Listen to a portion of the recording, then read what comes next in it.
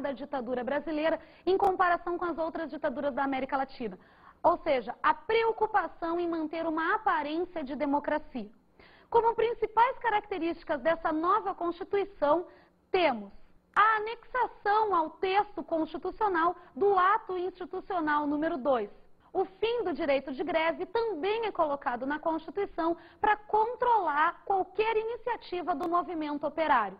A Lei de Imprensa e a Lei de Segurança Nacional são a regulamentação da ditadura no país.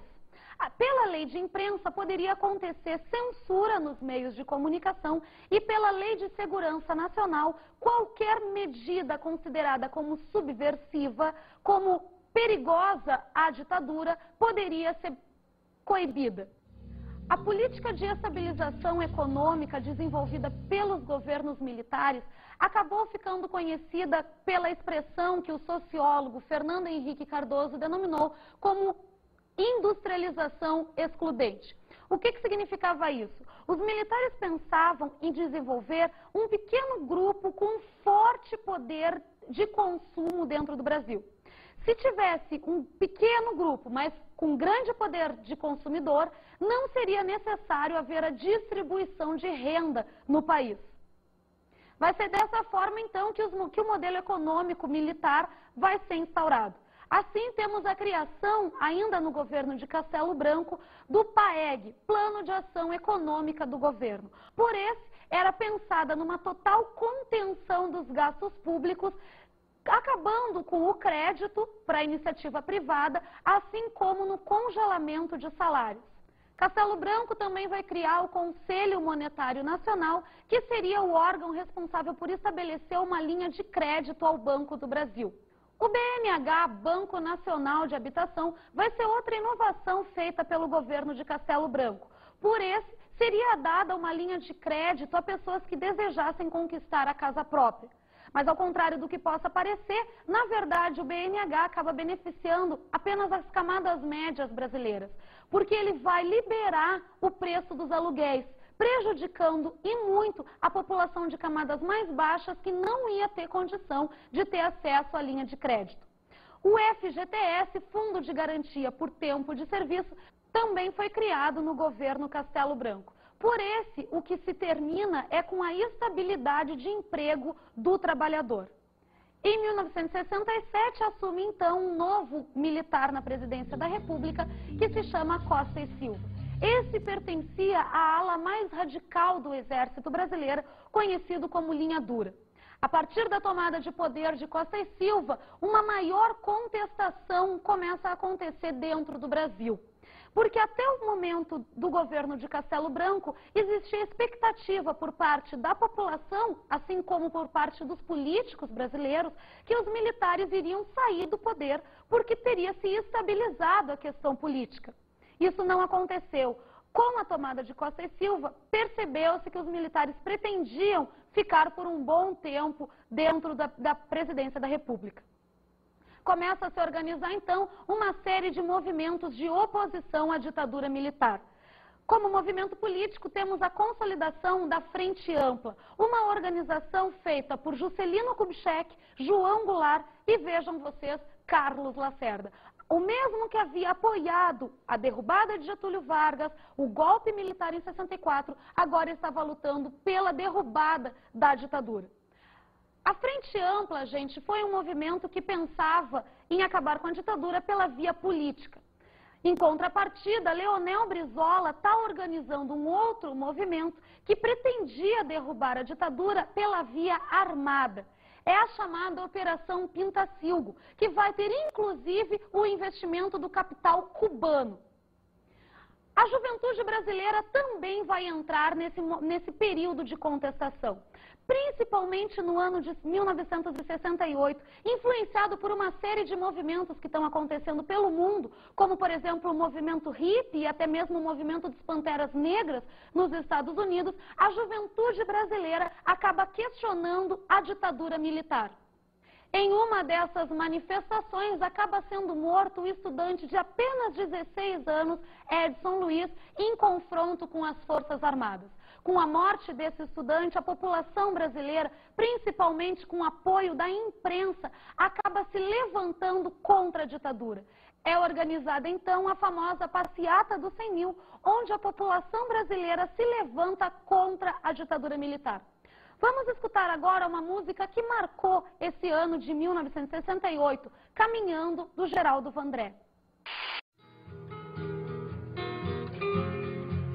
Caminhando e cantando e seguindo a canção, somos todos iguais, braços dados ou não, nas escolas, nas ruas, campos, construções, caminhando e cantando e seguindo a canção.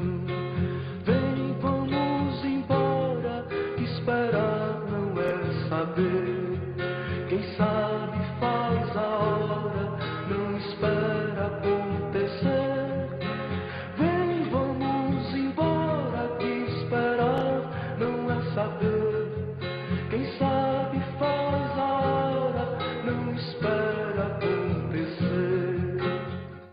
Essa belíssima música, gente, está convocando a população brasileira a partir para a luta armada contra a ditadura militar.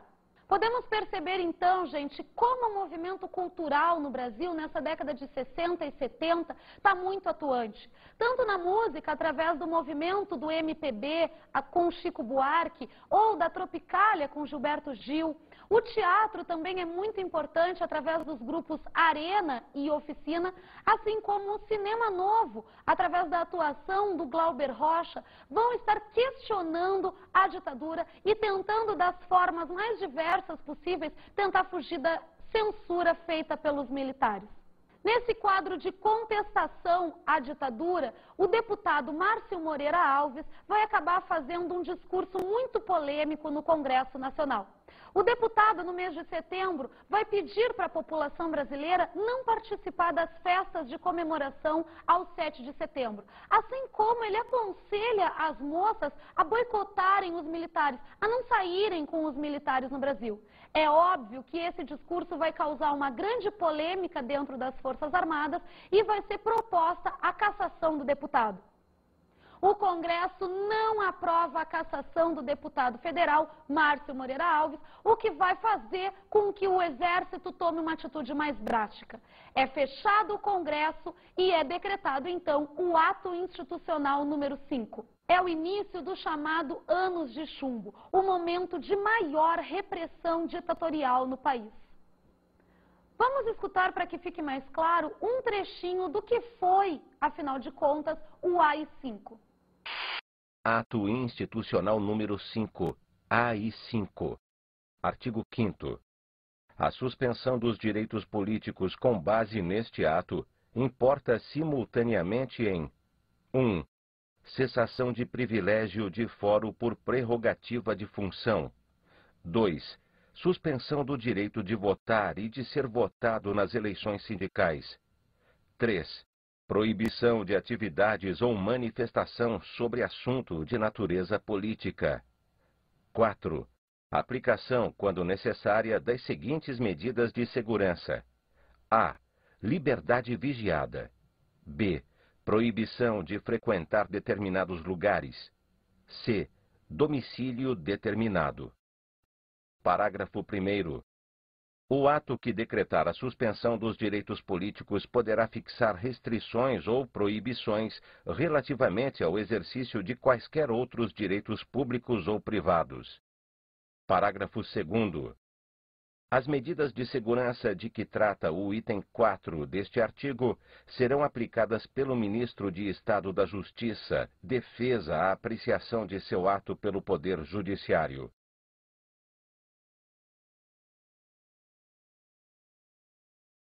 A luta armada também começa a ser organizada nesse período, gente. Isso porque alguns grupos desistem da atuação política na tentativa de derrubar a ditadura e partem para uma forma mais radical.